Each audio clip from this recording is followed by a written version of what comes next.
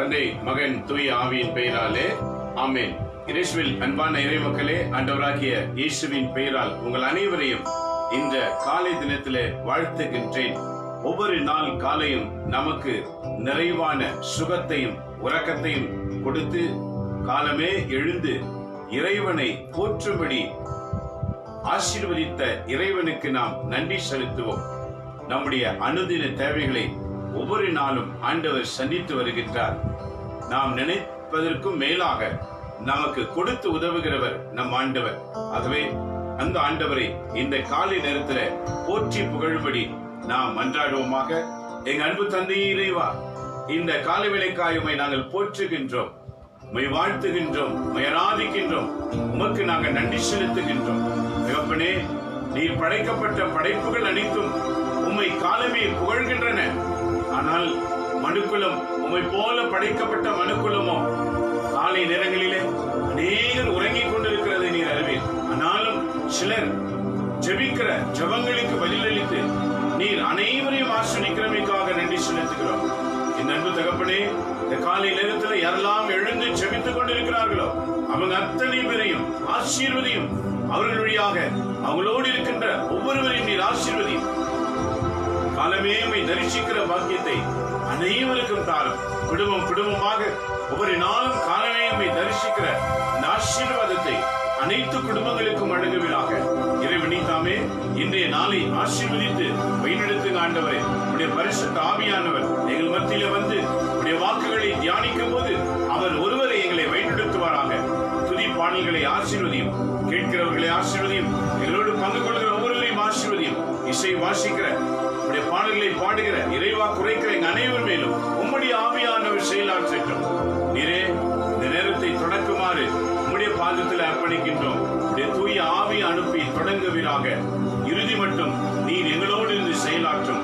எங்கள் ஆண்டவர் இயேசுவின் பெயரால் மன்றாடி உமது ஆசிரியையும் உமது வல்லமையும் பெற்று ஜெபத்தை தொடங்குகின்றோம். எங்கள் நல்ல பிதாவே, ஆமென், ஆமென், ஆமென். என் நண்பர் மக்களே, இறைவன் நம்மோடு வரவிருக்கின்றார், வருகின்றார், வாக்குகளை அளிப்பார். ஆகவே இப்போது அனைவரும் சேர்ந்து ஆண்டவரை புகழ்ந்து பாடுவோமாக.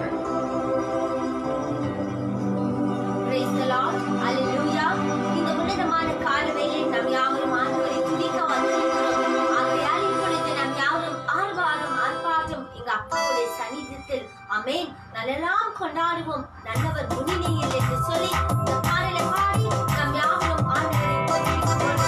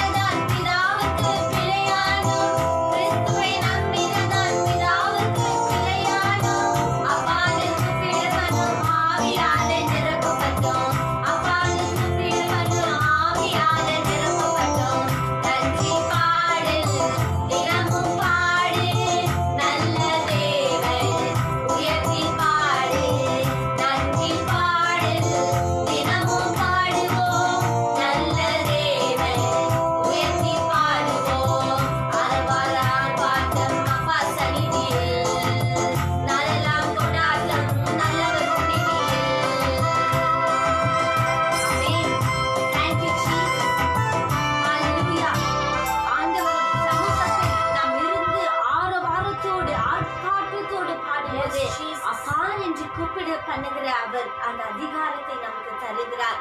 ஆகையால் இப்பொழுது நாம் யாவரும் என் ஜெபத்தை நீங்க கேட்க மாட்டீங்களா, என் கண்ணீரை நீங்க காண மாட்டீங்களா என்று சொல்லி இந்த பாடலை பாடி நாம் பாடுவோமாக.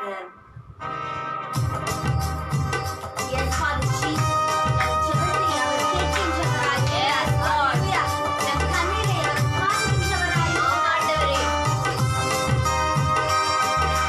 ஜெபத்தை கேட்க மாட்டீரோ, என் கண்ணீரை காண மாட்டீரோ, என் ஜெபத்தை கேட்க மாட்டீரோ, என் கண்ணீரை காண மாட்டீரோ, உம் திருமுகம் காட்ட மாட்டீரோ, என்னோடு பேச மாட்டீரோ, உம் திருமுகம் காட்ட மாட்டீரோ, என்னோடு பேச மாட்டீரோ, என் ஜெபத்தை கேட்க மாட்டீரோ, என் கண்ணீரை காண மாட்டீரோ. ஆமென். யாக்கோபுடைய குரல் கேட்டு அவர் பெயரை இஸ்ரவேல் என்று மாற்றினவரே உமக்கு நன்றி ஐயா. அதேபோல எங்களுடைய குரல்களை கேட்டு ஆண்டவர் ஒவ்வொரு நாளும் அவர் அற்புதங்களை செய்வார். ஹalleluya. Thank you Jesus. ஆமென். யாக்கோபின் குரல் கேட்டு அவர் பெயரை இஸ்ரவேல் என்று அழைத்தீரே. யாக்கோபின் குரல் கேட்டு அவர் பெயரை இஸ்ரவேல் என்று அழைத்தீரே. தேவமே என் குரல் கேளும் அப்பா, உம் அருளால் என்னை நிரப்பும் அப்பா. தேவமே என் குரல் கேளும் அப்பா, உம் அருளால் என்னை நிரப்பும் அப்பா. ஜெபத்தை கேட்க மாட்டீரோ, என் கண்ணீரை காண மாட்டீரோ. ஆமென். சவுலின் குரல் கேட்டு அவருடைய பெயரை பவுலாக மாற்றினீரே. அப்பா, அதேபோல எங்களுடைய கண்ணீர்களை கேட்டு நீங்க துக்கங்களை மாற்ற வல்லவராய் இருக்கீங்க. Yes, Father. Thank you, Jesus. Hallelujah. சவுலின் குரல் கேட்டு அவர் பெயரை பவுலாக மாற்றி மகிழ்ந்தீரே. சவுலின் குரல் கேட்டு அவர் பெயரை பவுலாக மாற்றி மகிழ்ந்தீரே. தெய்வமே என் குரல் கேளும் அப்பா, உம் கிருபையால் என்னை மூடும் அப்பா. தெய்வமே என் குரல் கேளும் அப்பா, உம் கிருபையால் என்னை மூடும் அப்பா. ஜெபத்தை கேட்க மாட்டீரோ, என் கண்ணீரை காண மாட்டீரோ, ஜெபத்தை கேட்க மாட்டீரோ, என் கண்ணீரை காண மாட்டீரோ. ஆமென். ஹalleluya. ஆண்டவர் நம் ஜெபத்தை அவர் கேட்கின்றவராய் இருக்கிறார். ஆமென். பவுலுடைய குரல் சவுலுடைய குரலை கேட்டு அவர் பவுலாக மாற்றின தேவன். ஆமென். யாக்கோபுடைய குரல் கேட்டு அவரை இஸ்ரவேல் என்று மாற்றின தேவன். இதோ இந்த உன்னதமான நேரத்தில் உங்களுடைய குரல்களை கேட்டும் கூட அவர் அற்புதங்களை செய்ய அவர் வல்லவராய் இருக்கிறார். ஏனென்றால் நாம துதிக்க வந்திருக்கிற ஆண்டவர் அவர் ஜீவிக்கின்ற ஆண்டவராய் இருக்கிறார். ஆமென். ஹalleluya. ஜீவிக்கின்ற ஆண்டவருக்கு அவருக்கு காதுகள் உண்டு, செவிகள் உண்டு, பேசக்கூடிய எல்லா விதமான அதிகாரம் உண்டு. உங்களுடைய குரல்கள் கேட்டு பதில் அளிக்கக்கூடிய கிருபை அவருக்கு உண்டு. அவையால் இப்பொழுது நாம் யாவரும் கண்களை மூடி நம்மளுடைய குரல்களை உயர்த்தி விண்ணகத்தை நோக்கி நாம் ஜெபிக்கும் போது அவர் அற்புதங்களை செய்வார். ஆமென். அவையால் இப்பொழுது நாம் யாவரும் கண்களை மூடி நாம் ஜெபிப்போமாக. Hallelujah. Thank you Lord Jesus. நன்றி தகப்பனே. இயேசுப்பா இந்த உன்னதமான நேரத்துல தகப்பனே எங்களை ஒவ்வொருத்தருடைய பாதத்துல ஒப்பு கொடுக்கிறோம் இயேசுப்பா. எங்களை அனைவருடைய ஆசீர்வாதத்தால தகப்பனே நிரம்பும் தகப்பனே. உடைய வார்த்தையால எங்களை தொடும் இயேசுப்பா. உடைய அக்கினி வல்லமையால தொடும் தகப்பனே. உடைய அபிஷேக தைலத்தால எங்களை நிரப்பும் தகப்பனே. விசேஷமாக இயேசுப்பா யாரெல்லாம் இந்த தொலைக்காட்சி பார்த்து கொண்டு இருக்கிறாங்களோ அவங்க அனைவருடைய பாதத்துல ஒப்பு கொடுக்கிறோம் இயேசுப்பா. தொலைக்காட்சி பார்த்துக்கிற ஒவ்வொரு மக்களையும் நீங்க ஆசீர்வதிப்பீராக. எப்பொழுதும் உடைய கரம் அவங்க மேல இறங்கட்டும் இயேசுப்பா. அவங்க தேவையெல்லாம் நீங்க சந்தியும் ஆண்டவரே. இயேசுப்பா எனக்கு வார்த்தை முக்கியம். நான் ஏஞ்சி உடனே வார்த்தைக்காக ஏங்கி கொண்டு வராங்க தகப்பனே. தாகத்தோட ஏக்கத்தோட வந்து கொண்டு உடைய வார்த்தை கேட்கணும்னு சொல்லிட்டு வராங்களே தகப்பனே.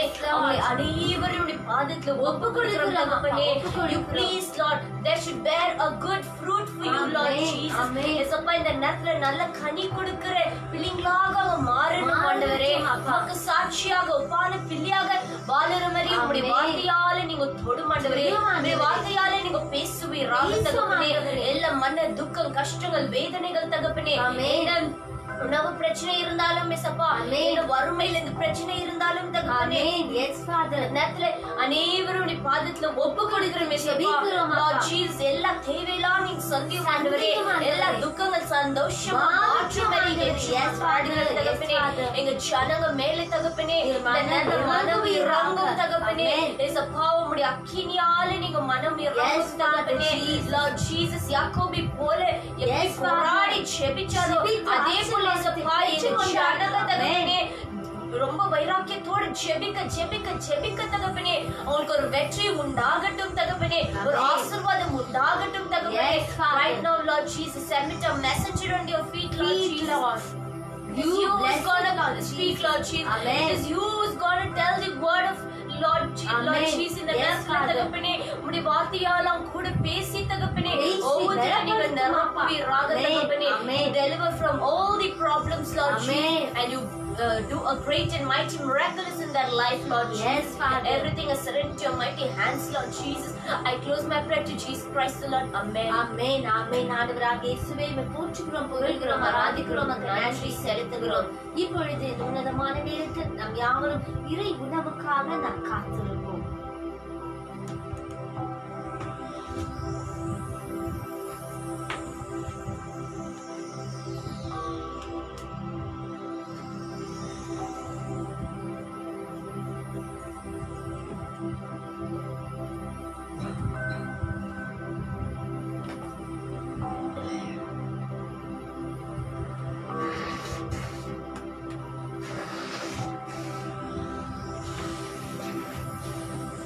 இயேசுவில் பிரியமான சகோதர சகோதரிகளே, ஆண்டவராகிய இயேசுவின் பெயரால் உங்கள் அனைவரையும் வாழ்த்துகின்றோம். இன்று நாம் புனித சீமோன் தீவிரவாதி என்னும் சீமோனையும் யூதா பெருவிழாவை சிறப்பிக்கின்றன.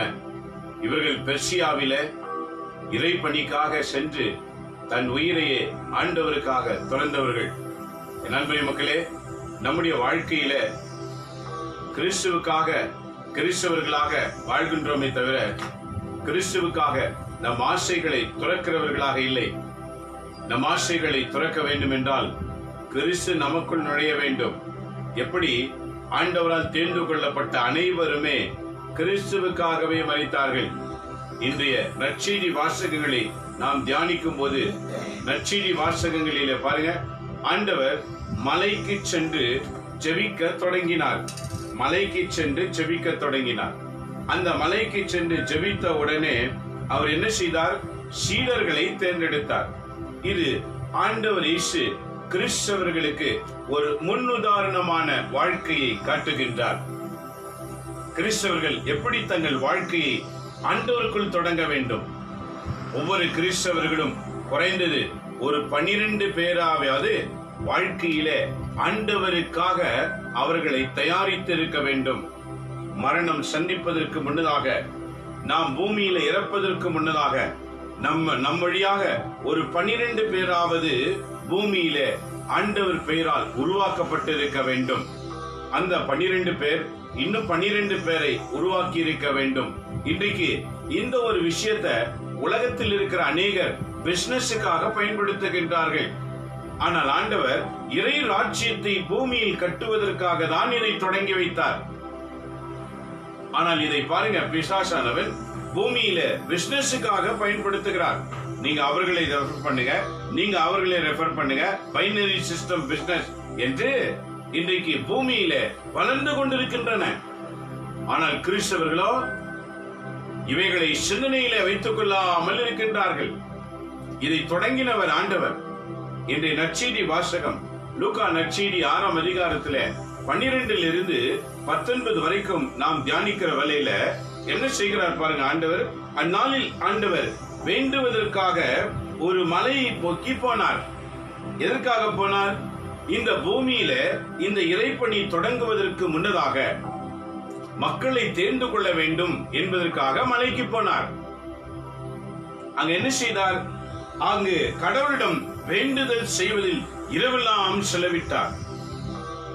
கடவுளுடைய திட்டத்தை நிறைவேற்றுகிறேன் என்று நினைவில் வைத்துக் கொண்டால் மட்டும் போதாது, அதிக நேரம் ஜெபிக்கிறவர்களாகவும் இருக்க வேண்டும்.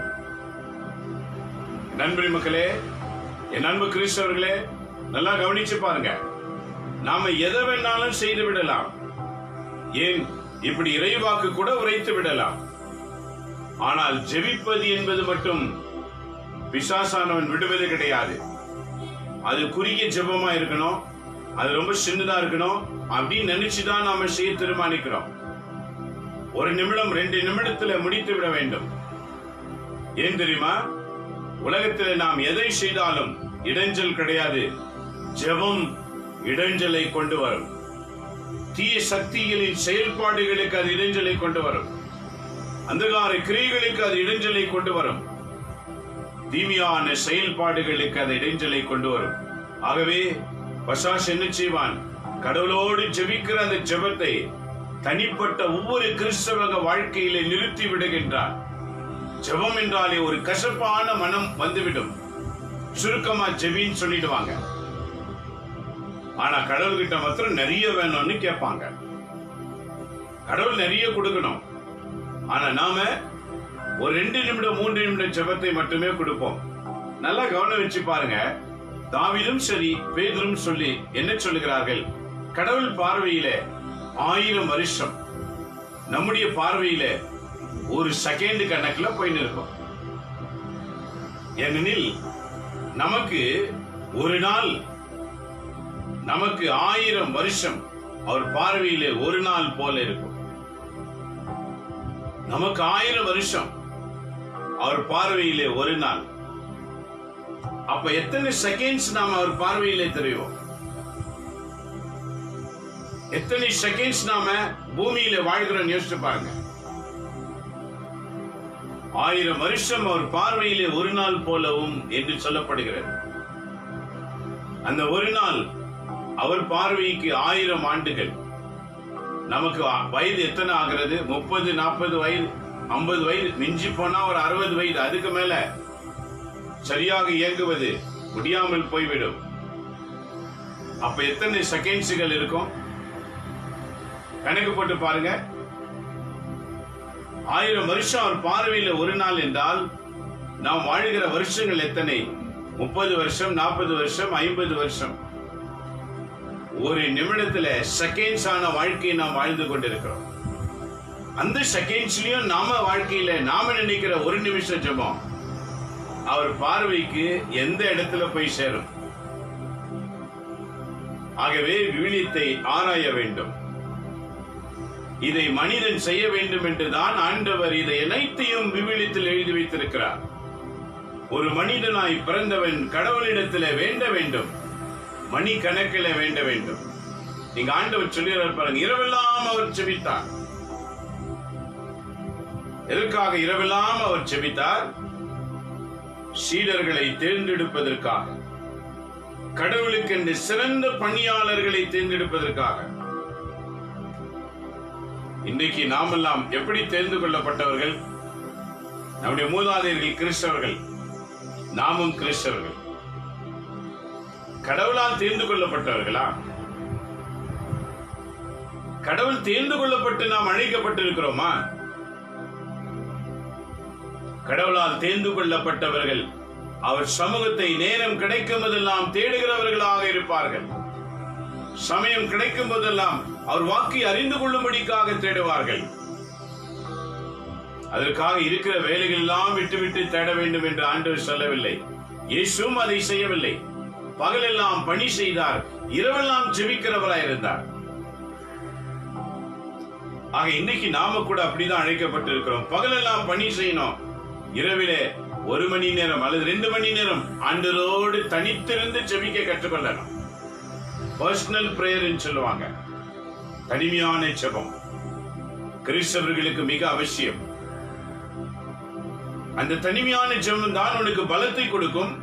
அந்த தனிமையான ஜெபம் தான் உனக்கு நிறைய எதிர்ப்புகளை சந்திக்கிற தைரியத்தை கொடுக்கும். அந்த தனிமையான ஜெபம் தான் பிசாசின் செயல்பாடுகளை கண்டுகொள்கிற ஆசீர்வாதம் கொடுக்கும்.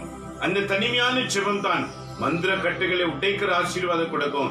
அந்த தனிமையான ஜெபம் தான் உன் வீட்டை பிசாசு நுழையாதவாறு அது காத்துக் கொள்ளுகிறதாக இருக்கும். இதுதான் இன்றைய நற்செய்தியிலே தொடங்கும் போதே ஆண்டவர் எப்படி தொடங்குகிறார் பாருங்க. மலை மேல் சென்று இரவெல்லாம் ஜெபித்தார்.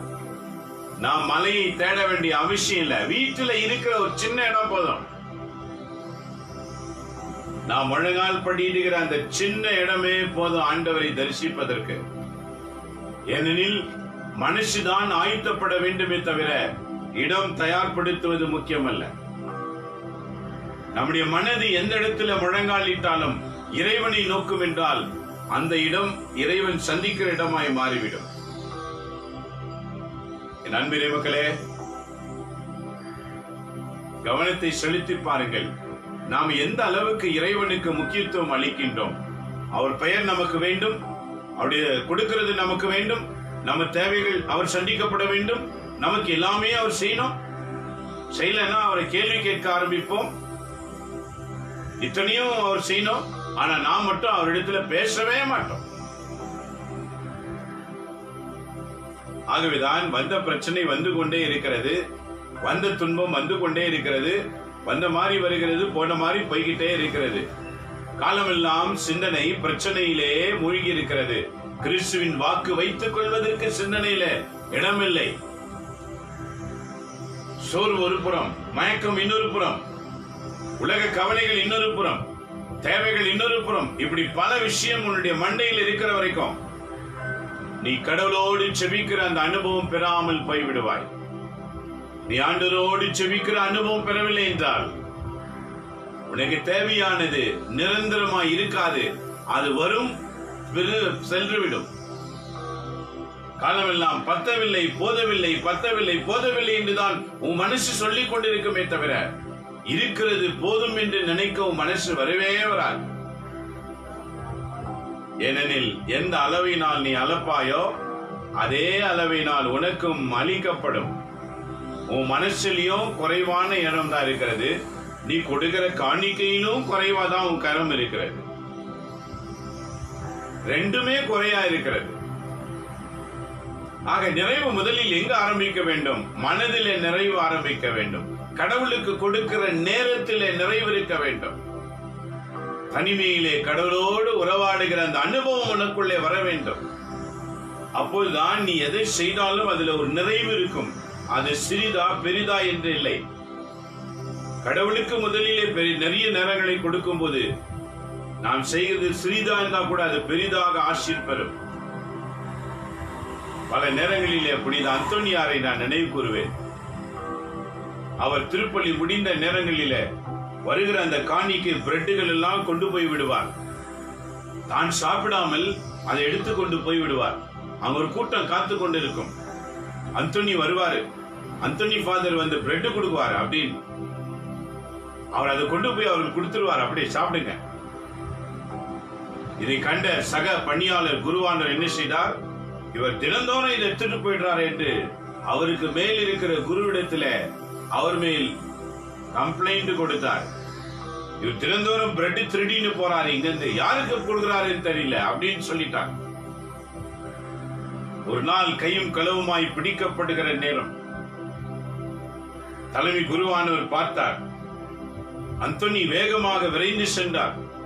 அவர் கூப்பிட்டார், ஃபாதர் அந்தோனி இங்க வாங்க, என்ன கொண்டு போறீங்க? அவர் சிறிது நேரம் யோசித்தார். நான் மலர் கொண்டு போகிறேன் என்று சொல்லிவிட்டார். அந்தோனி பாருங்க, அந்தோனி சாமி போய் பேசிட்டார் அப்படின்னு நாம நினைக்கலாம். அவர் பிரெட்டுக்கு பதிலாக பூ கொண்டு போகிறேன் என்று சொன்னார். எதை கொண்டு வா பார்க்கலாம் என்று பார்க்கும்போது அந்த கையில அவர் வாங்கின உடனே, தலைமை குருவான ஒரு கைக்கு வந்த உடனே அது மலராக மாறிவிட்டது. ஆக திரும்ப அவர் பார்த்து இந்தா வைத்துக்கோ அப்படின்னு சொல்லிட்டார். அந்தோனி சாமி கைக்கு வந்த உடனே அது பிரெட்டாக மாறிவிட்டது. ஏன் சொல்லுங்க? புனித அந்தோனியார் வாயில வந்த பொய்யா இருந்தாலும் அதை கடவுள் ஏன் அதை அங்கீகரித்தார்? ஏனெனில் தனக்காக எதையுமே செய்ய விரும்பவில்லை. ஏழைகள் காத்துக் கொண்டிருக்கிறார்களே என்ற ஏக்கம் அவருக்குள் இருந்தது. இதை இவர்கள் அனுமதிக்க மாட்டார்களே, என்ன செய்வது? ஏழைகள் ஒரு பக்கம், உள்ளத்துக்கு தேவையானது கிடைக்க வேண்டும் என்று அவர் உள்ளத்தில் இருந்ததினாலே கடவுளும் அவருக்கு உதவி செய்தார். ஆனால் இன்றைக்கு பாருங்க, நம்ம வாழ்க்கையில பொய் எதுக்கு வாயில வருதுன்னே தெரியாது. எதற்காக பொய் பேசுகிறோம் என்று வாழ்க்கையில் அறியாமல் ஒரு பொய்யான வாழ்க்கையை வாழ்ந்து கொண்டு, வாழ்க்கையே பொய்யா இருக்கிற, உன்னையும் ஏமாற்றி உன் வாழ்க்கையும் ஏமாற்றி பரிசுத்த ஆவியின் அனுபவம் பெறாமல் சுயத்துக்காகவே வாழ்கிற எண்ணம், தனக்காகவே வாழ்கிற எண்ணம், தன்னுடைய சுகத்துக்காகவே வாழ்கிற எண்ணம். இவற்றுக்கெல்லாம் காரணம் என்ன? தனிமையிலே ஜெபிக்கிற ஜெபம் குறைவாய் இருக்கிறதினாலேதான். நண்பர் மக்களே, ஆண்டவர் சீடர்களை தேர்ந்து கொள்ளும் போது தனிமையிலே வேண்டுகிற அந்த வேண்டுதல் எப்படி இருந்தது பாருங்க. இரவெல்லாம் இருந்தது. நம்மளால ஒரு 2 அவர் கண் விழித்திருக்க முடியுமான்னு பாருங்க. உடனே மயக்கம் தானா வந்துடும் அப்படியே. ஏனெனில் உள்ளத்துல ஏக்கம் இல்லாமல் செய்கிற ஒரு செயல்பாடு. என் நண்பரே மக்களே, இது பலகீனம் நான் நினைக்கிறோம். பலகீனம் அல்ல, நீ அதற்கு அடிமையா இருக்கிறாய் என்பது பொருள். ஏன்? நம்ம வீட்டாருக்கு ஏதாவது ஆயிடுச்சுன்னு வச்சுக்கோங்க, ஐசியூ வார்டுல இருக்கிறாங்க, தூங்குவியா? நீ சாப்பிடுவியா? இல்லையே. இரவெல்லாம் காத்து கொண்டிருப்போம் இல்ல? அப்ப ஏன் தூக்கம் வராதுல்ல? அப்போது ஏன் உணவு சாப்பிடணும்னு என்ன வரல? ஏனெனில் நம்முடைய வீட்டார் பாதிக்கப்பட்டிருக்கிறார்கள். இதுதான் ஆண்டவர் இயேசு நேற்று சொன்னார். 10 கட்டளையில் 2வது கட்டளை என்ன சொல்லுகிறது? 10ம் 2ல் அடங்கும். அதுல 2வது, உன்னை நேசிப்பது போல் உன் அயலானையும் நேசிப்பாயாக. நண்பர் மக்களே, இதை நாம் மறந்து விட்டோம். தன் வீட்டுக்கு நடந்தால் துன்பம், அடுத்த வீட்டுக்கு நடந்தால் அது எப்படின்னா போது விடு. ஆகவேதான் வளர்ச்சி இல்லாத ஒரு வாழ்க்கை.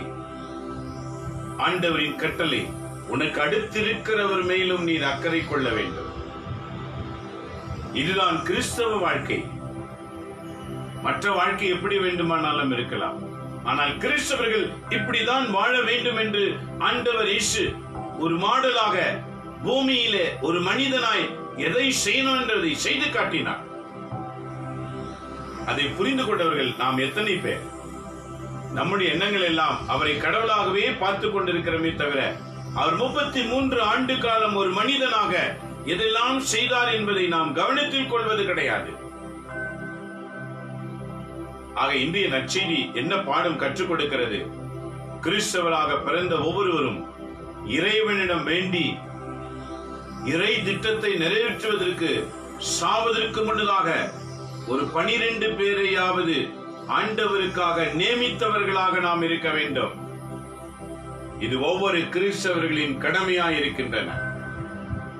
இறை திட்டத்தை நிறைவேற்றுவதற்கு, இறை பணி ஆற்றுவதற்கு, இறை வாக்குகளை மக்களிடத்தில் கொண்டு போய் சேர்ப்பதற்கு ஒவ்வொரு கிறிஸ்தவர்களின் தலை சிறந்த கடமை 12 பேரை உருவாக்கி சாவது. அந்த வரிசையிலே இன்றைக்கு எடுத்தால் நம்முடைய முன்னோர்கள் வாழ்ந்திருக்கிறார்களா? இல்லையே. இன்றைய கிறிஸ்தவர்கள் இந்த நோக்கத்தோடு வாழ்கிறார்களா? இல்லையே. ஆகவேதான் கிறிஸ்தவர்கள் வளர்கிறார்கள், கிறிஸ்தவம் வளரவில்லை. கிறிஸ்தவர்கள் வளர்கிறார்கள், கிறிஸ்து வளரவில்லை, அவர் கீழேதான் சென்று கொண்டிருக்கிறார். உலகத்திலே, அதாவது இந்தியாவிலே 130 கோடிக்கு மேல் இருக்கிற மக்கள் தொகையில கிறிஸ்தவர்கள் மட்டும் 6 கோடி 7 கோடி இருக்கிறாங்க. ஒரு தோமையார் இந்தியாவிலே கால் வைத்ததினால் இத்தனை பேர் என்றால், ஒவ்வொரு தோமையார் தாமஸை போல இருக்கிற கிறிஸ்தவங்க எழும்பினால் இந்த நாடு என்னைக்குமே ஆண்டவருக்கு உரிமையாய் இருக்கும். ஆனால் நாம் கிறிஸ்தவர்கள் தான் வளர்கிறாரே தவிர கிறிஸ்து வளரவில்லை. காரணம், ஜெபம் என்பது தனிப்பட்ட வாழ்க்கையில் இல்லை. இன்றைக்கு கற்றுக்கொள்வோம். முதலிலே ஜெபம் செய்ய ஆரம்பிப்போம். முதலிலே கடவுளோடு பேசுகிற ஒரு அனுபவம் பெறுவோம். கடவுளுக்கு என்று அதிக நேரத்தை கொடுக்க தீர்மானம் பண்ணுங்க. முழங்காலிலோ தனிமையிலோ எப்படியாவது ஜெபிங்க. ஜெபம் செய்கிறவன் ஜெயம் பெறுவான். இதான் இன்றைய நற்செய்தி வாசகத்தின் விளக்கமாயிருக்கிறது. அவர் ஜெபித்தார், இரவெல்லாம் ஜெபம் செய்தார். ஜெபம் செய்து 12 சீடர்களை ஒவ்வொருடைய முகத்தை கண்டு இவர்கள் இந்த பணிக்கு தகுதியுள்ளவர்களா என்று பார்த்து பார்த்து ஒவ்வொருவரையும் தெரிந்து கொண்டார் ஆண்டவர். கடல் பகுதியில் எத்தனையோ பேர் படகில் இருந்தார்கள். ஆனால் முதலிலே பேதுருவை ஏன் கண்டு கொண்டார்? கடலுக்கு எத்தனையோ பேர் சென்று இருக்கிறோம் இல்ல, கடலை பார்த்தாலும் சந்தோஷம் அப்படியே அங்க ஆடணும்னு. ஆண்டவர் கூட கடல் கரைக்கு சென்று இருக்கின்றார். ஆனால் இறைப்பணிக்கு இதுல தகுதியுள்ளவர்கள் யார் என்று அங்க இருக்கிற அநேகர் இருந்தார்கள். அநேகர் மீன் பிடித்துக் கொண்டிருந்தார்கள். ஆனால் பேதுருவையும் யோவானையும் ஏன் அழைத்தார்? பேதுருவையும் யாக்கோபையும் ஏன் அழைத்தார்? ஏனெனில் அவர் முகம் கண்டு அவர்களை இறைப்பணிக்கு தகுதியுள்ளவர்களா என்று தேர்ந்தெடுத்து தான், தேர்வு செய்துதான் அவர்களை அழைத்தார். இன்னைக்கு திருச்சபை அவர்கள் வழியாய் வளர்ந்தன. இதே போலதான் நாம் ஜெபிக்கும் போதுதான், ஆண்டவரோடு அதிக நேரம் ஜெபத்தை தனிமையிலே செலவழிக்கும் போதுதான் நம்முடைய வாழ்க்கையில எதை செய்ய வேண்டும், எதை செய்யக்கூடாது என்ற அறிவு ஞானத்தை நாம் பெற்றுக்கொள்ள முடியும். எப்படி பேச வேண்டும், எப்படி பேசக்கூடாது என்ற அறிவை பெற்றுக்கொள்ள இயலும். நாம் எப்படி வாழ வேண்டும், எப்படி வாழக்கூடாது என்ற அறிவை நாம் பெற்றுக்கொள்ள முடியும். இதை கேட்டுக்கொண்டிருக்கிற நண்பரி மக்களே, இது சீமோன் யூதாவுடைய பெருவிழா.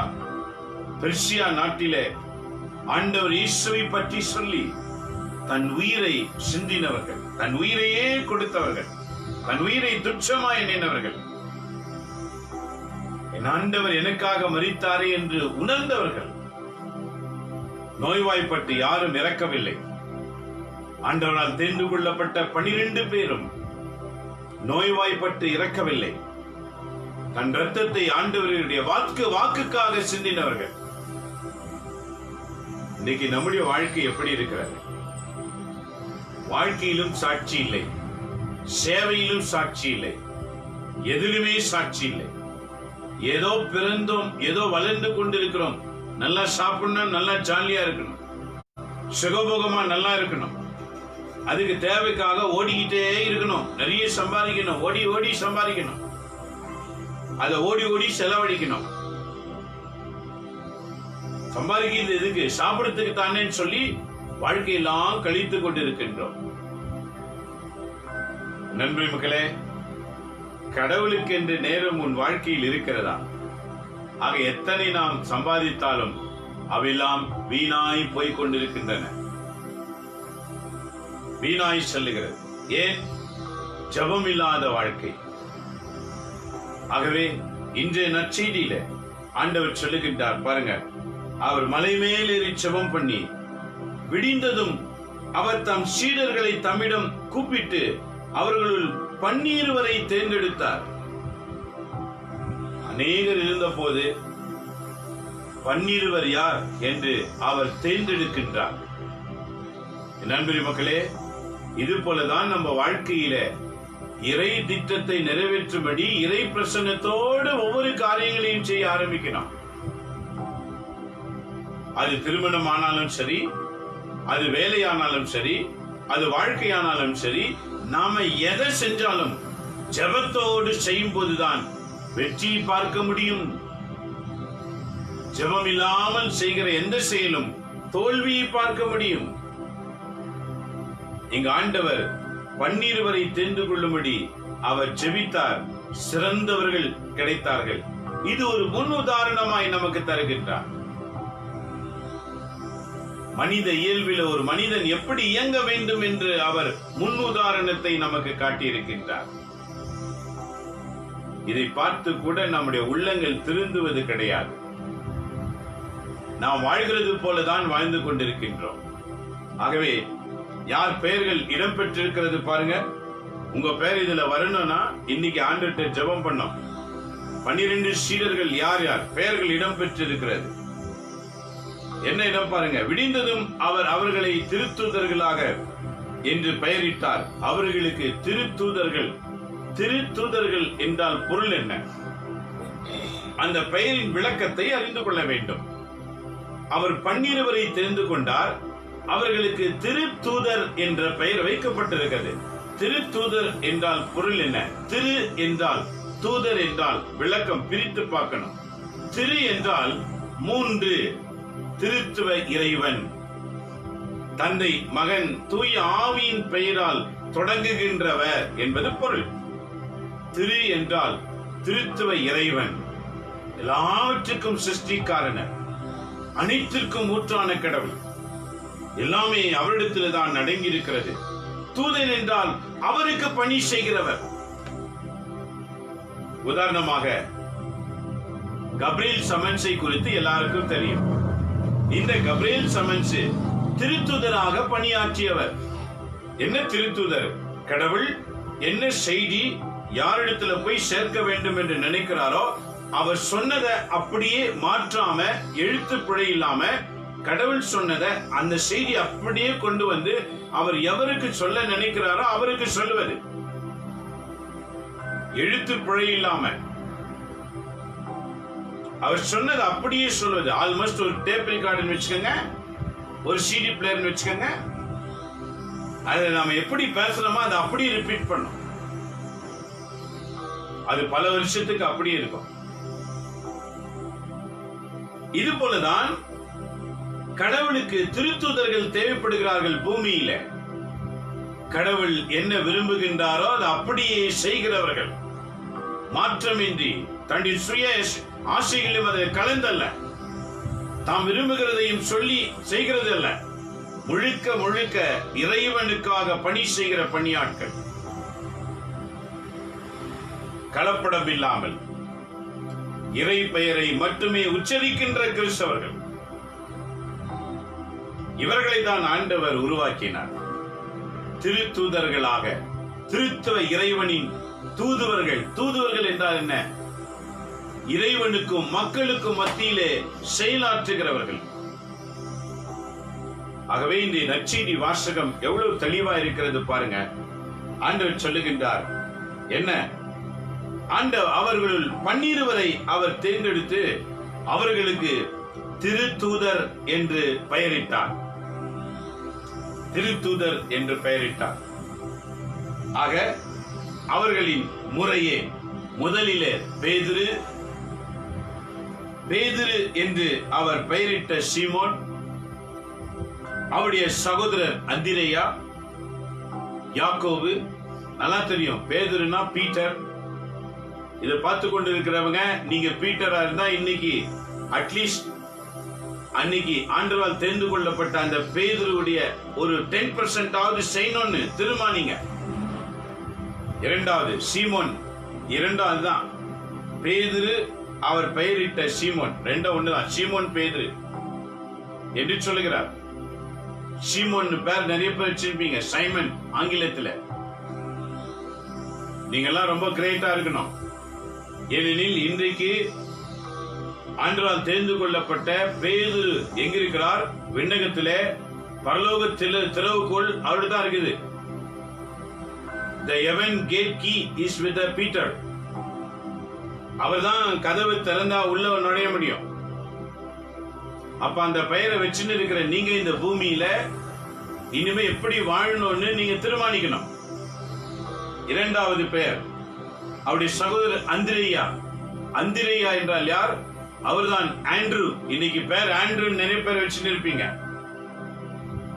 இவர் என்ன செய்தார்? 5 அப்பம் 2 மீன் 5000 பேர் உண்டார்கள் என்று உவமை படிக்கின்றோமே. இந்த 5 அப்பம் 2 மீனை கண்டுபிடித்தவர் இந்த அந்திரேயா தான். ஆண்டவர் மலைப்பொழி பிரசங்கத்திலே ஆழ்ந்திருக்கின்றார். சீடர்களை பார்த்து சொன்னார், உணவு தயார் பண்ணுங்க.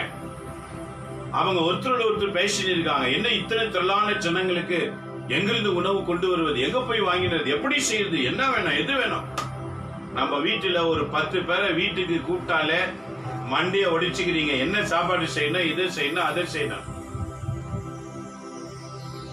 ஆனா அன்றைக்கு ஆண்டவர் சொல்லிட்டாரு, இவ்வளவு பேருக்கு செய் சாப்பாடு. அந்த ஓமையில எத்தனை பேர் உண்டார்கள்? ஆண்கள் மாத்திரம் 5000, பெண்கள் குழந்தைகள் 3 டைம்ஸ் 20,000க்கு மேற்பட்டவர்கள் உணவு உண்டார்கள்.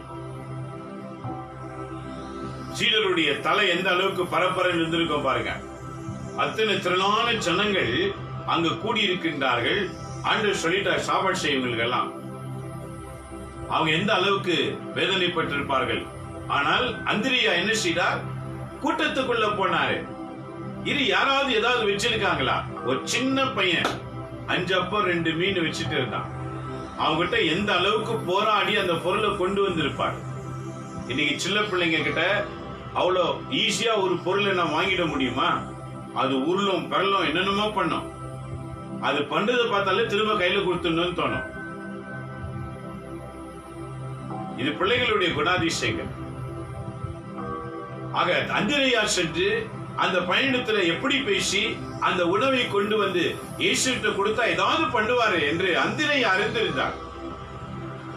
என் அன்பு மக்களே, அந்திரேயா என்று ஆண்ட்ரூ என்ற பெயரை வைத்திருக்கிறீர்களா? ஆண்டவரிடத்துல நீங்க அதிகமா ஜெபிக்கணும். உங்க வழியாக அற்புதங்களை ஆண்டவர் செய்வார். 5 அப்பம் 2 மீன், ஆண்கள் மாத்திரம் 5000, பெண்கள். இன்னைக்கு ஒரு கூட்டத்துல யார் அதிகமா இருக்காங்க? ஆண்களா பெண்களா? பெண்கள் more than 3 times. ஆண்கள் 5 பேர் இருந்தா பெண்கள் 20 பேர் இருப்பாங்க. அவங்க பிள்ளைங்க கணக்கு போட்டு பாருங்க. 20,000க்கு மேற்பட்டவர்கள் உண்டார்கள். மீதி 12 கூடை 12 சீடர்கள் அவங்க வீட்டுக்கு கொண்டு போனாங்க. ஆசீர்வாதம். இது நடக்க காரணமா இருந்தது யார்? அந்திரேயா. ஆண்டவர் தேர்ந்து கொள்ளும் போதே அந்திரேயாவுடைய குணாதிசயங்களை அவர் அறிந்தார். அந்திரேயாவால் எதாலாம் செய்ய இயலும் என்பதை அறிந்தார். இன்றைக்கு உன்னையும் அறிந்திருக்கின்றார். உன் பெயர் என்ன? உன்னையும் ஆண்டவர் அறிந்திருக்கின்றார். ஆக அந்திரேயா 2வது சீடன். பாருங்க அடுத்து என்ன சொல்லுகிறார்? அவர்களுள் யாக்கோபு, ஜேம்ஸ் அப்படின்னு பெயர் வச்சுன்னு இருப்பீங்க. தமிழ்ல யாக்கோபு, ஆங்கிலத்துல ஜேம்ஸ். ஆண்டவருக்காக வாழ வேண்டும். இந்த யாக்கோபு தான் என்ன சொல்லுகிறார்? ஜேம்ஸ் 1:12 பாருங்க. துன்பங்களை சகிக்கிறவன் பேறு பெற்றவன், அந்த துன்பத்திலே உண்மை உள்ளவன் என்று கண்ட பின்பு அவனுக்கென்று வெற்றி வாகை காத்திருக்கிறதே, அதை பெற்றுக் கொள்வான். சோதனையை வெல்லுகிற மனிதன் பேறு பெற்றவன். அந்த ஒரு திடனை கொடுக்கிறவர் யாக்கோபு. என்ன வந்தாலும் எதிர்க்கிற திறன் கொண்டவர். ஏன்னா யாக்கோபு கடலிலே மீன் பிடித்தவர் அல்லவா? அலைகளை கண்டு பயப்படாது இருந்தவர். அவர் இறை பணியிலும் அதே போலதான் சிறந்து விளங்கினார். இன்றைக்கு நாம கூட படிக்கிறோம். யாக்கோபு புத்தகத்துல 1:12 வாசித்து பாருங்க. சோதனையை வெல்லுகிற மனிதன் பேறு பெற்றவன், வெற்றி வாகை காத்திருக்கிறது என்று சொல்லுகிறார். நண்பரி மக்களே, எப்பேர் பெற்றவரை ஆண்டவர் தெரிந்து கொண்டார் பாருங்க, யாக்கோபு. அதை தொடர்ந்து யோவான். யோவான் பாருங்க யாரு? ஆண்டவர் மார்பிலே பாசத்திலே சாய்ந்திருந்தவர். இவர் தீர்க்கதரிசியாக மாறினார், இறைவாக்கினராக. ஆகவேதான் யோவான் விவிலியத்திலே பார்க்கும் போது நற்செய்தி புத்தகத்தை எழுதுகின்றார், திருத்துது பண்ணி ஆக்ட்ஸ் ஆஃப் தி அப்போஸ்டல் எழுதுகிறார். அதை தொடர்ந்து 1 யோவான், 2 யோவான், 3 யோவான் என்று எழுதுகின்றார். அதை தொடர்ந்து திருவெளிப்பாடு புத்தகத்தை எழுதுகின்றார். நண்பரி மக்களே, யோவான் நற்செய்தி எழுதுகின்றார், 1 யோவான், 2 யோவான், 3 யோவான் என்று புத்தகங்களை எழுதுகிறார். திருவெளிப்பாடு 5 புத்தகங்களை எழுதுகின்றார் யோவான். அந்த திருவெளிப்பாடு நூல் ரெவல்யூஷன் 3 காலங்களை குறித்து எழுதப்பட்டது. இந்த யோவான் யார்? நெருப்பு கொதிக்கிற எண்ணெயிலே விட்டு அவரை வதைத்தார்கள். அந்த கொதிக்கிற எண்ணெயிலே போட்டு அவரை வதைத்தார்கள். அவர் மீண்டும் உயிர் பெற்றார். பல ஆண்டுகள் 110 ஆண்டுகள் காத்திருந்து தன் உயிரை அவர் நீத்தார். ஆண்டவர் தேர்ந்து கொள்ளும் போது எப்படி தேர்ந்து கொள்ளுகிறார் பாருங்க. அப்போ உங்க வரிசை எதுவா இருக்கணும் இல்லையா? யோவான் அதை தொடர்ந்து பாருங்க என்ன சொல்றாரு. பிலிப்பு, இந்த அடியனையும் அவர் தேர்ந்து கொண்டார். சிறிய பணியாளனாக பயணித்துக் கொண்டிருக்கிறேன். பிலிப்பு என்ற பெயர் வச்சிருக்க அனைவருமே இன்னைக்கு ஆண்டவருக்கு சொந்தமாகணும். ஆண்டவர் தேர்ந்து கொள்ளப்பட்ட பெயர்கள். அடுத்து பர்த்தலமியு என்ற பெயர் எவ்வளவு சிறந்ததா இருக்கிறது. அடுத்து மத்தேயு, கவர்மெண்ட் சர்வெண்ட், டாக்ஸ் கலெக்டர். இன்னைக்கு எத்தனை பேர் பாருங்க, வீடுக்கு டாக்ஸ் எழுத வருவாங்க, லேண்டுக்கு டாக்ஸ் கட்டணும். இந்த வேலை செய்தவர் தான் மத்தேயு. மத்தேயுடைய நண்பன் தான் சகையு. மத்தேயுவை ஆண்டவர் அழைத்தார், சகையுவை அவர் சந்தித்தார். 2 பேரும் ஒரே டிபார்ட்மெண்ட்ல தான் வேலை பண்ணுவாங்க. ஆனா மத்தேயு சீடனானான், சகையு பாசமுள்ள நண்பனான. ஆனால் இருவரையும் ஆண்டவர் விடவில்லை. என் நண்பர் மக்களே பாருங்க, மத்தேயு, அதை தொடர்ந்து மேத்யூன்னு பேர் வச்சு இருப்பீங்க, ஆண்டவருக்கு சொந்தமாகணும். அடுத்து தோமா, தாமஸ் என்ற பெயர் வைத்திருப்பார். நண்பர் மக்களே, இவர்தான் நம்முடைய நாட்டுக்கு வந்தவர். இன்னைக்கு நாம் எல்லாம் கிறிஸ்தவங்களா இருக்கோம் என்று சொன்னால் அதுக்கு காரணமா இருந்தவர் 12 சீடர்களில் ஒருவர் தோமையார். நம் இந்திய நாட்டுக்கு கால் வைத்ததுதான். நம்முடைய நாட்டுக்காக ரத்தம் சிந்தி மரித்தவர். தனிமையிலே இந்தியாவிலே வந்து ஆண்டவரை வெளிப்படுத்தினவர். இன்னைக்கு பக்கத்தில் இருக்கிற வீட்டில் இருக்கிறவங்களை கூட மாற்றுகிற திறன் இல்லாத கிறிஸ்தவர்கள். யார் அழைக்கப்பட்டவர்கள்? நாம் அழைக்கப்பட்டவர்களா?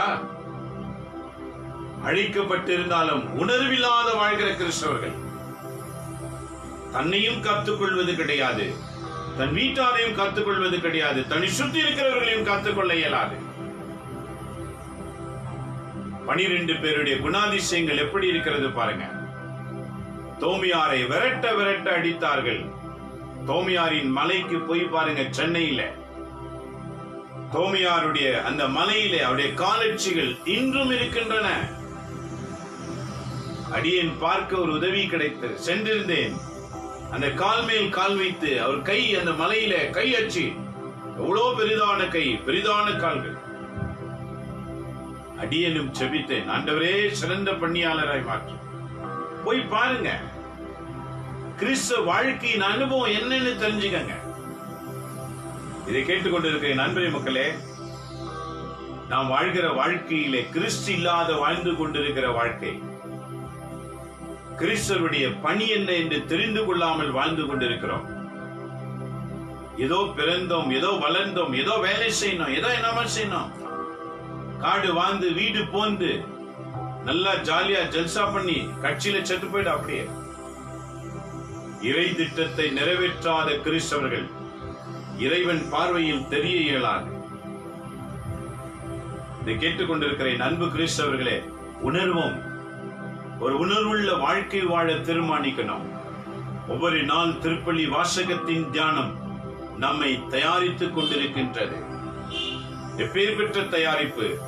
நாம் உணர்ந்து வாழ வேண்டும். நல்ல கிறிஸ்தவர்களாக.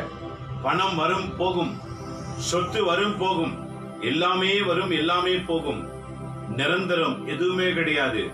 நிரந்தரம் ஒன்றுதான், ஜெப வாழ்வு, இறைப்பணி, ஆண்டவருக்காக பூமியிலே உழைத்து விண்ணகத்திலே சுகபோகமாய் இருப்பது. பூமியிலே சுகபோகமாய் இருக்கிறவங்க விண்ணகத்தில இருக்கவே முடியாது, நரகத்தில கஷ்டப்படுவாங்க. இது செல்வந்தனும் லாசரு வாழ்விலே ஆண்டவர் வெளிப்படுத்தினார். பூமியிலே சுகபோகமாய் வாழ்கிறவர்கள் விண்ணகத்தில் நுழைய முடியாது.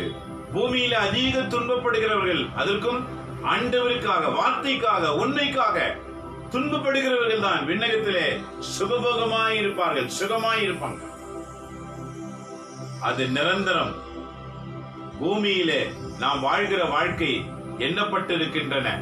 குறைந்தது 120, 125, மிஞ்சி போனால் 130, 130 years. We can live in this world, but heavenly living, it's a thousands of years. 1000 ஆண்டுகளுக்கு மேல் விண்ணகத்திலே நாம் வாழவிருக்கின்றோம். ஆக அதை நினைவு கூர்ந்து பூமியிலே நம்மை ஆண்டவர் அனுப்பி இருக்கின்றார், ஒரு நல்ல சாட்சியுள்ளவர்களாக மாறும்படி.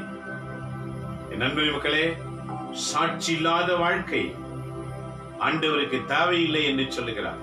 உன் வாழ்க்கையில, உன் வார்த்தையில, உன் செயலில ஆண்டவருக்கு பயந்தாய் என்று சொன்னால், ஆண்டவரிடத்தில் ஜெபித்தாய் என்றால் அது தானாகவே மாற்றம் பெறும். நீ மாற்றணும் நினைக்காத, உன்னால மாற்ற முடியாது. You cannot change yourself. Only the God's Spirit can change ours. We need to pray with the God. Spend more time to pray. Understand who is our God, what is His functions, how to live in this world. The God will give you the good knowledge to us. My dear brothers and sisters, realize your Christian life is not the ordinary life. We are the prayer warriors. When we pray, the deliverance will take place. That God has sent us to this world to get the deliverance to all the people in this world. You must realize about this. இதை கேட்டுக்கொண்டிருக்கிற அன்புரிய மக்களே, கவனத்தை செலுத்தி பாருங்க. யோவான் ஆண்டவருக்கு பிரியமானவனாய் வாழ்ந்து மரித்தார். அதைத் தொடர்ந்து என்ன சொல்லுகிறார்? தோமா, இந்திய நாட்டு புனிதர், அல்பையின் மகன் யாக்கோபு, இன்னொரு யாக்கோபு அல்பையின் மகன், பிறகு தீவிரவாதி எனப்பட்ட சீமோன். இந்த சீமோனுடைய நாள் தான் இன்றைக்கு. கன்ஃபியூஸ் பண்ணிக்க கூடாது. பேதுரு எனப்பட்ட சீமோன் வேற, தீவிரவாதி என்னும் சீமோன் வேற. இதை லூக்கா நற்செய்தியாளர் மட்டும்தான் கிளீனா விவரித்து சொல்லுவார். ஏன்னா இன்னைக்கு பாருங்க, பீட்டர் எத்தனையோ பேர் இருப்பாங்க, பிலிப் எத்தனையோ பிலிப் இருப்பாங்க. இதே மாதிரிதான் அன்னைக்கு கூட சீமோன், நிறைய கலக்கப்பட்ட சீமோன். நண்பர் மக்களே, சிந்தனை செய்து பாருங்கள். நம்ம வாழ்க்கையில எத்தனை ஆசீர்வாதம் இன்று ஆண்டவர் நம்மை அழைக்கின்றார். இந்த 12 சீடருடைய பெயர்கள் யார் யார் வைத்திருக்கிறீர்களோ அவங்க அத்தனை பேரும் ஆண்டவரால் தெரிந்து கொள்ளப்பட்டவர்கள் என்று அர்ப்பணித்து பாருங்க.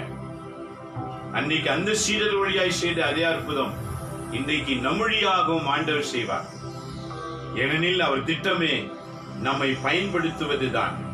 நாம எங்க சென்றாலும் நம்மோடு இருந்து பயன்படுத்தணும். வீட்டில இருந்தாலும், தெருவில நடந்தாலும், நாம் யாரோடு அந்நியர்களோடு பேசினா கூட நம்மழியா அவங்களுக்கு அற்புதம்.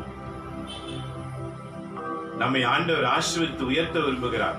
நாம் வேலை செய்கிற கம்பெனியா இருக்கலாம், ஆபீஸா இருக்கலாம், எது வேணாலும் இருக்கலாம், அந்த இடத்துல கூட உன்னை பயன்படுத்த ஆண்டவர் விரும்புகின்றார். ஏனெனில் அவருக்கு எல்லாருமே தேவை.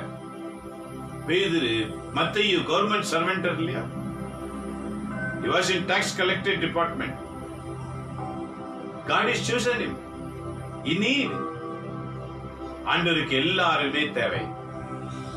என் அன்பு கிரையர் மக்களே, நீங்க எந்த வேலை செய்றீங்க என்பது அவருக்கு முக்கியம் இல்ல, நீங்க தான் அவருக்கு வேணும், அதான் முக்கியம்.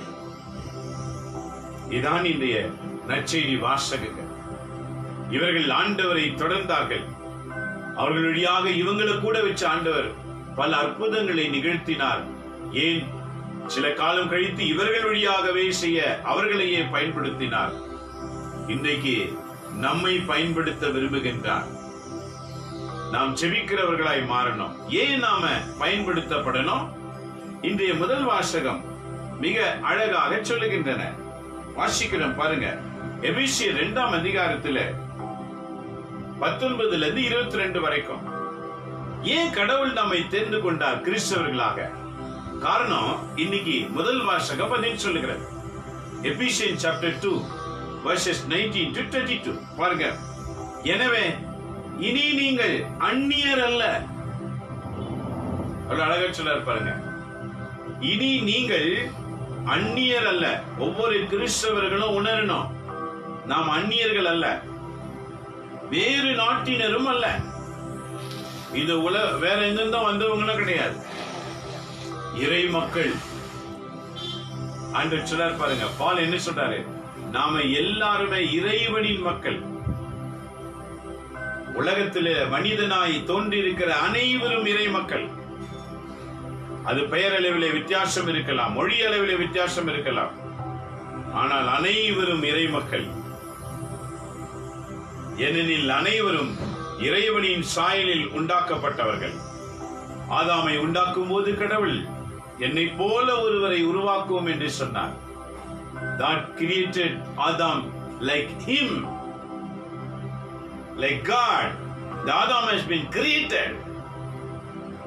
This is the reason today St. Paul says all human are God's people. There may be different language, different caste, but all are belongs to God. Who will love them? Only the Christian people. They will love everyone. They will show love to everyone. Reason, believe in Jesus. Those who believe in Jesus, they love everyone without caste and creed. என் அன்பு மக்களே, எவ்வளவு அழகான செய்தி பாருங்க. அனைவரும் இறை மக்கள். அந்த இறை மக்களை இறைவனோடு சேர்க்கத்தான் உன்னையும் என்னையும் ஆண்டவர் கிறிஸ்துவரான் இந்த பூமியில வைத்திருக்கிறார். நாம் அனைவருமே திருத்துதர்கள், இறை திட்டத்தை நிறைவேற்ற பூமியில் பிறந்தவர்கள். என்ன செய்து கொண்டிருக்கிறோம்? கவலைகளினாலும் கஷ்டங்களினாலும் துன்பங்களினாலும் மூழ்கி போயிருக்கிறோம். அவைகளை மறந்து ஆண்டவரை நோக்குவோம். ஆண்டவரை நோக்கினால் நம்மை பிடித்ததெல்லாம் தானாய் ஓடி போய்விடும். அதை அகற்ற வல்லவர் அவர். அற்புதங்களின் ஆண்டவர், அதிசயங்களின் ஆண்டவர். அனுதினமும் நம்ம தேவைகளை சந்தித்து வருகிறார். இத்தனை ஆண்டுகள் நீங்க எப்படி இருந்திருந்தாலும் சரி, ஆனா இந்த லாக்டவுன் சமயத்துல பாருங்க, கடந்த 7 மாதங்களை பின்னிட்டு பாருங்க, எப்படி உங்க குடும்பம் நடந்திருக்கும், எப்படி 7 மாதங்கள் கடந்தது. இப்ப முடிவில வந்து கொண்டிருக்கிறோம் இல்ல, எப்படி ஒவ்வொரு நாளும் நடக்கிறது. ஆண்டவர் செய்கிற அற்புதம். இதை நாம் உணர வேண்டும், உணர வேண்டும். பலருக்கு வேலை இல்லை, பலருக்கு பணம் இல்லை, பலருக்கு பல காரியங்கள் இல்லை. ஆனா 7 மாதங்கள் நீங்கள் வாழ்ந்து கொண்டிருக்கிறீர்களே, என்னைக்காவது நினைச்சிருப்போமா? ஆண்டவருடைய ஆசீர்வாதம் கூட இருக்கிறதுனாலதான் அந்தந்த மாதத்துக்கு தேவையானது தானா நடந்து கொண்டிருக்கிறது. எலியாவுக்கு காகை கொண்டு போஷித்தது போல உன்னையும் ஆண்டவர் பலரை கொண்டு நடத்தி கொண்டு வருகின்றார். துன்பத்தின் நாட்களை கடத்தி கொண்டிருக்கின்றார். அது வேகமாய் உருண்டோடி கொண்டிருக்கிறது. 10ஆம் மாதம் முடிவடைய போகிற காலங்கள் நெருங்கிவிட்டது. 11ஆம் மாதம் அடுத்த வாரம் ஞாயிற்றுக்கிழமை 11வது மாதம் வரப்போகிறது. 3 நாள் கழித்தால் 10 மாதம் முடிய போகுது. எப்படி ஆண்டவர் செய்கிற அற்புதம்.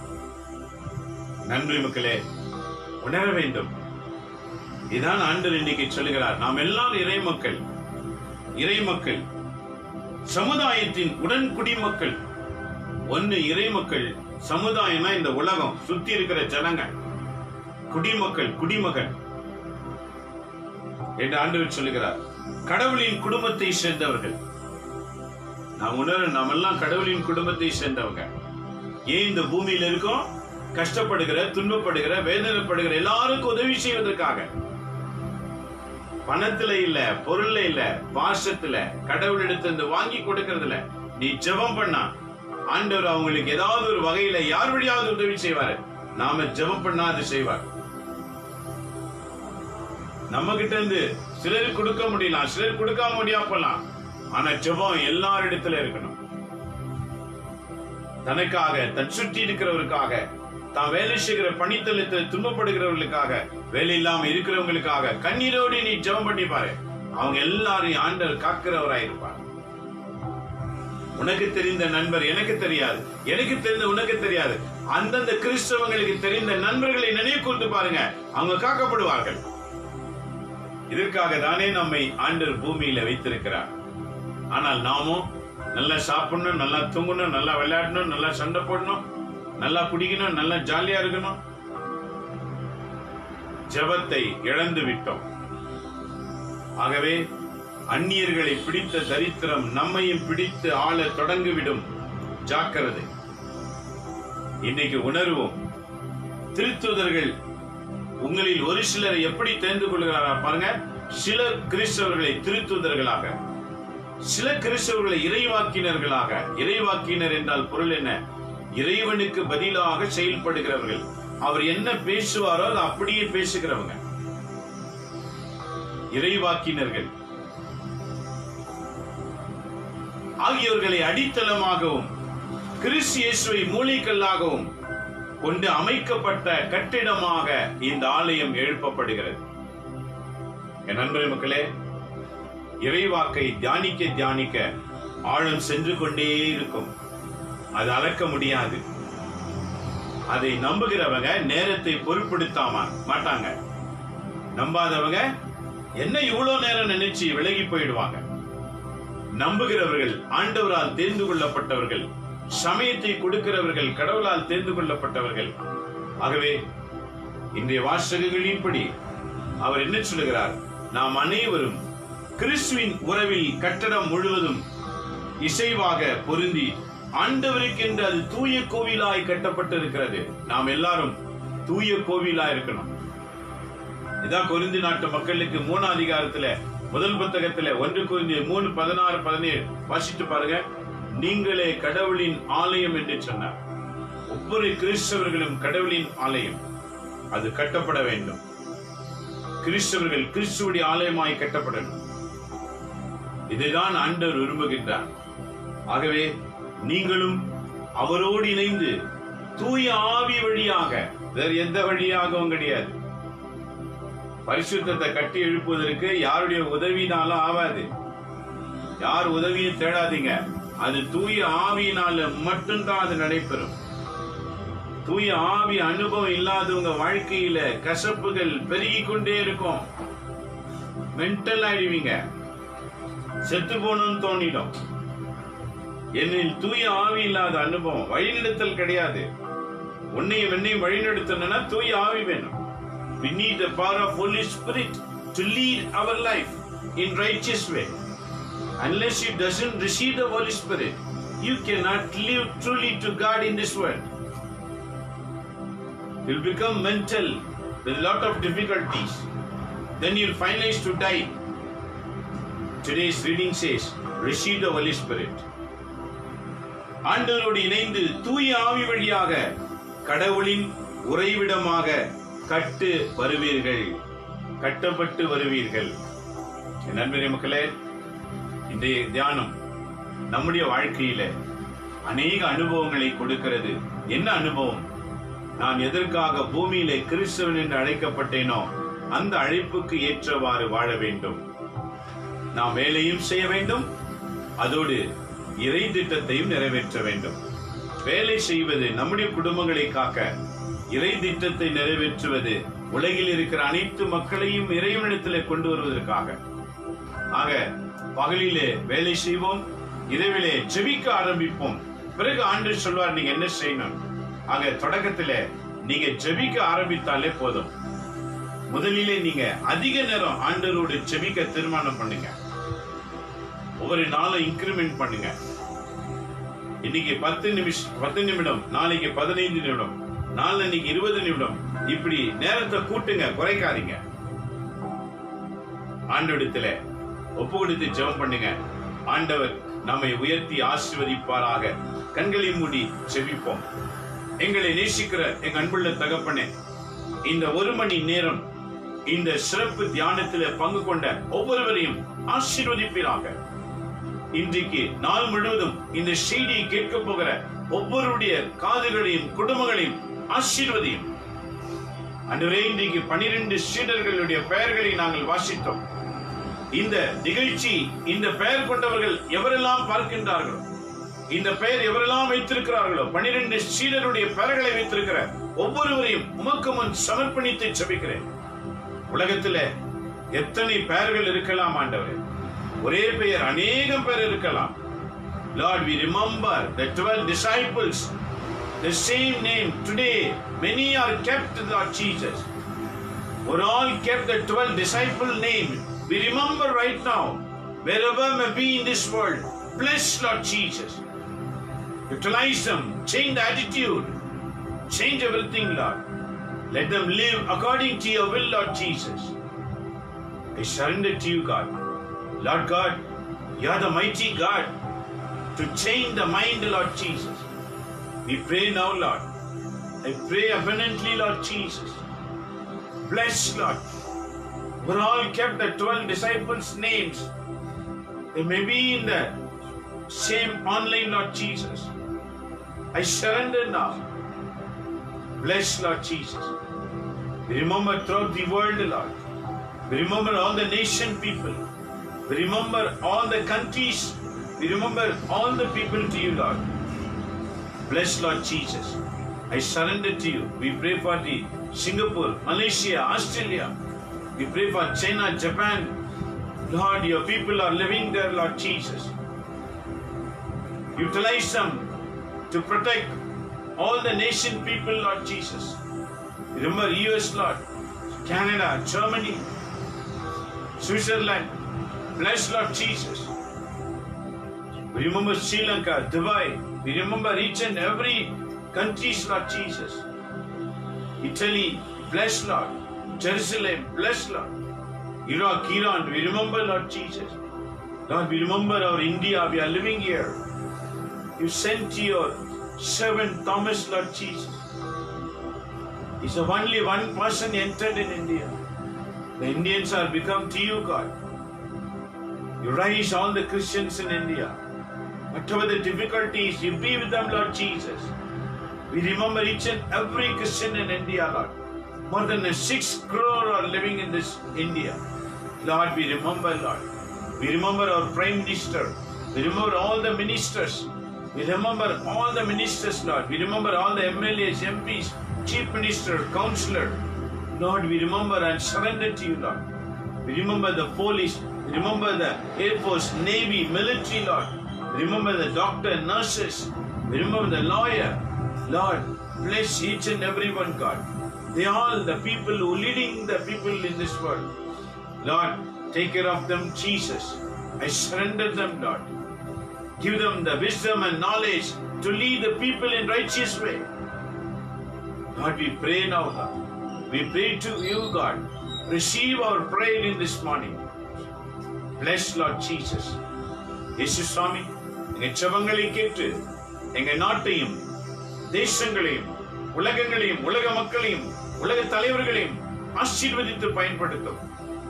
ஒரு பிள்ளைகளை நீங்க ஆசீர்வதிங்க. 12 சீடர்களின் பெயர்களை வைத்திருக்கிறவர்கள் எத்தனை பேரோ அத்தனை பேரையும் என் ஆண்டவர் இன்றைக்கு உயர்த்துவீராக. அவர்கள் வழியாக உலக மக்கள் உம்மை அறிந்து கொள்கிற பாக்கியத்தை தாரும். உம்முடைய அன்பு கருத்திலே நாங்கள் அர்ப்பணித்து ஜெபிக்கின்றோம். நீர் பாதுகாத்து வழிநடத்துவீராக. என்னோடு இந்த ஆன்லைனில் இருக்கிற ஒவ்வொருவரையும் நீர் ஆசிரியம். அவங்க வாழ்க்கையில் இருக்கிற கஷ்டங்கள், துக்கங்கள், வேதனைகள், வேலையில்லாத பிரச்சனை எல்லாவற்றையும் இன்றைக்கு மாற்றி போடுவீராக. ஒவ்வொரு வீட்டில் இருக்கிற உணவு கஷ்டங்கள் இன்றைக்கு தீர்வதாக. சாரிபாத் விதவை வீட்டிலே மாவு வளர்ந்தது, எண்ணெய் வளர்ந்தது, உம்முடைய அடியேன் சந்தித்ததினாலே. அதே போல உலகத்தில் ஆண்டவர் எத்தனை குடும்பங்கள் துன்பப்படுகிறார்களோ அங்கு அருகில் இருக்கிற உம்முடைய அடியார்களை அனுப்பி அந்த வீடுகளை நீர் திருப்திப்படுத்துவீராக. எல்லோரையும் காத்துக்கொள்ளுங்க ஆண்டவர். உலக மக்கள் எல்லாரையும் நாங்கள் நினைவு கூறுகிறோம். அனைவருடைய பாதத்தில் அர்ப்பணிக்கிறோம். 700 கோடிக்கு மேல் இருக்கிற உலக மக்களை நீர் கண்ணோக்கி பாருங்க.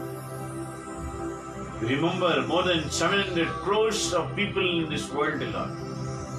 We remember each and every one to you, God. Receive our prayer and bless the world people, Lord. Give the deliverance from all the difficulties and be with them. Receive our prayer, Lord. எங்க ஜெபத்தை கேட்டு நீங்க ஆசீர்வதிக்கிறமைக்காக நன்றி. இவெல்லாம் எங்கள் ஆண்டவர் இயேசுவின் பெயரால் வேண்டி உமது ஆசீர்வாதத்தை நாங்கள் அனைவருமே பெற்றுக்கொள்கிறோம் எங்க நல்ல பிதாவே. ஆமென், ஆமென், ஆமென். இயேசுவில் அன்பானவர்களே, இன்றைய திருப்பள்ளி வாசகத்தை எழுதி வைத்துக்கங்க. திரும்ப சொல்றேன், மறுபடியும் படிங்க. ஆண்டவர் உங்களோடு இருப்பார். இன்றைய முதல் வாசகம் எபேசியன் சாப்டர் 2 verse 19 to 22. எபேசியர் 2ஆம் அதிகாரம் 19 to 22. திருப்பாடல் பதிலுரை பாடல் Psalms 19 1 to 4. திருப்பாடல் சங்கீத புத்தகம் 19 1 to 4 வரை உள்ள வாக்கியங்கள். Today's gospel, இன்றைக்கு நற்செய்தி லூக்கா, saint Luke chapter 6 verses 12 to 19. லூக்கா நற்செய்தி 6ஆம் அதிகாரம் 12 to 19 வரைக்கும். உங்க பெயர் இருக்கான்னு பாருங்க. உன் பெயர் இதில் இடம்பெற்றிருந்தால் மண்டிட்டு ஆண்டுகிட்ட ஜெபம் பண்ண உன்னை பயன்படுத்த போகின்றார். The God is utilizing your name. Surrender yourself. Your name will be there in Luke chapter 12 verses 12 to 19. St. Luke chapter 6 verses 12 to 19. Your name will be there. Remember, surrender. God will raise you in this world. You may be anywhere in this world. Your name is there inside in the Bible. Surrender, He will raise you. Tomorrow morning we'll meet again. Until that, God bless you. There is a video on YouTube. Please check it. Dr. Philip Marion. So many videos. Subscribe. Please subscribe to the YouTube channel. நன்றி மக்களே. YouTube சேனலில் இருக்கிற salvation mission என்று இருக்கிறது. நீங்க அங்க doctor Philip Maryan type பண்ணீங்கன்னா கிடைக்கும். தயவுசெய்து சப்ஸ்கிரைப் பண்ணுங்க. ஆண்டவர் உங்களையும் உங்க வீட்டாரையும் ஆசீர்வதிப்பார். மீண்டும் நாளை காலை 7:30 சந்திப்போம். இறைவன் தாமே நாம் அனைவரோடு கூட இருப்பாராக. எல்லாம் வல்ல இறைவன், தந்தை, மகன், தூய ஆவியின் பெயராலே ஆமென்.